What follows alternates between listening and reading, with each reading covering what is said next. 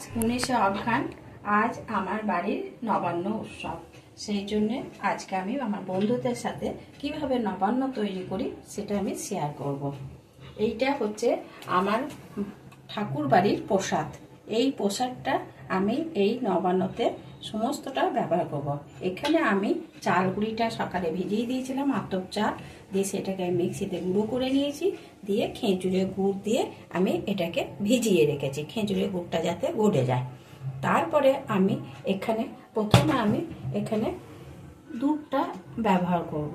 দুধটা দেব,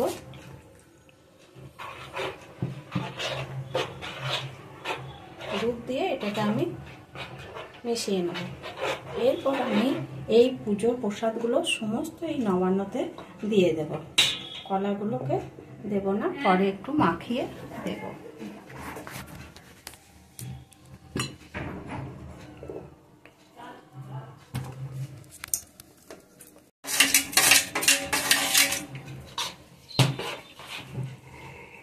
প্রতিটা ঠাকুরবাড়ির প্রসাদ আমি এই নবান্নতে ব্যবহার করব।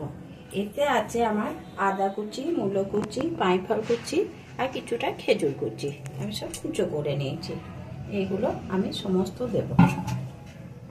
এটা হচ্ছে আপেল কুচি, এটাও আমি এতে মিশিয়ে দেব। এখানে আখ আছে, আখটাও আমি মিশিয়ে দিলাম।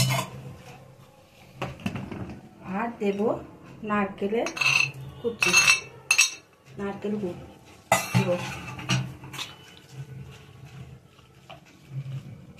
এরপর এটা আমি কলাগুলোকে হাতে করে মেখে এটা আমি দিয়ে দেবো।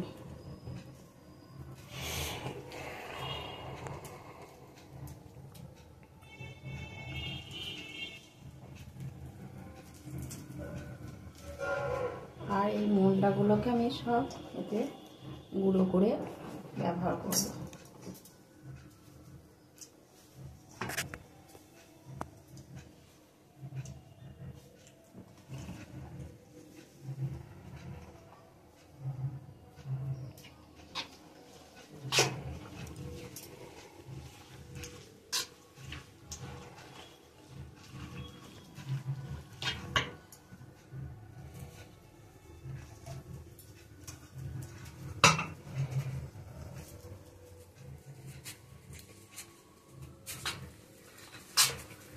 এখানে আমি শসা কুচি করে রেখেছি, কিন্তু এই নবান্নতে আমি শসা কুচিটা দেব না, কেন নবান্নতে দিলে একটু জল কেটে যায়।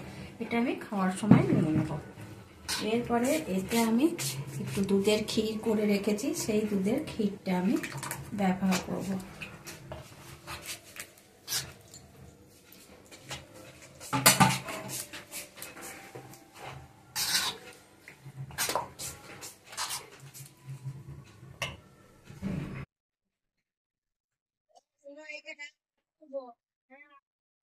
একটু চিনি দিলাম।